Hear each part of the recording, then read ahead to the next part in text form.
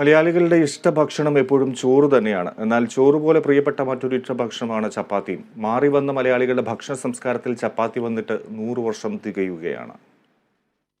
മലയാളികളുടെ ഇഷ്ടഭക്ഷണമായ ചപ്പാത്തിയുടെ ചരിത്രം പറയുമ്പോൾ തൊട്ടുകൂടലിനെയും തീണ്ടലിനെയും കുടഞ്ഞെറിയണമെന്ന് പഠിപ്പിച്ച വൈക്കം സത്യാഗ്രഹത്തെക്കുറിച്ചും പറയണം. ചപ്പാത്തി എന്ന പുത്തൻ പലഹാരത്തെ കേരളത്തിന് സമ്മാനിച്ചത് ഈ സത്യാഗ്രഹത്തിലൂടെയാണ്.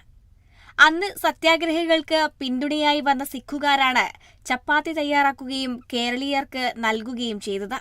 കഥ നടക്കുന്നത് 1924 അന്ന് കേരളത്തിലെ ദളിത് വിഭാഗം വലിയ നീതി നിഷേധത്തിലൂടെയാണ് കടന്നുപോയിക്കൊണ്ടിരുന്നത്.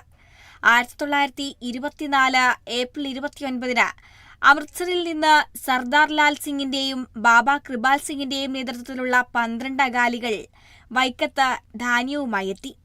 പ്രതിഷേധക്കാരെ സഹായിക്കാനായിരുന്നു ഇത്. 1924 മെയ് 5 മുതൽ 7 വരെ അകാലി അടുക്കളയിൽ പ്രതിഷേധക്കാർക്കായി ഭക്ഷണമുണ്ടാക്കി. 30,000 പ്രതിഷേധക്കാർക്കാണ് അകാലികൾ രുചികരമായ ചപ്പാത്തിയും സബ്ജിയും വിളമ്പിയത്.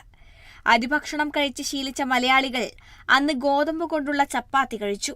അന്നു മുതൽ മറ്റൊരു ദേശത്തെ പ്രതിഷേധത്തിനു വേണ്ടി സ്വയം മറന്ന് കേരളത്തിലെത്തിയ സിഖുകാരെയും അവർ വിളമ്പിയ പുതുരുചിയും കേരളക്കര ഏറ്റെടുക്കുകയായിരുന്നു.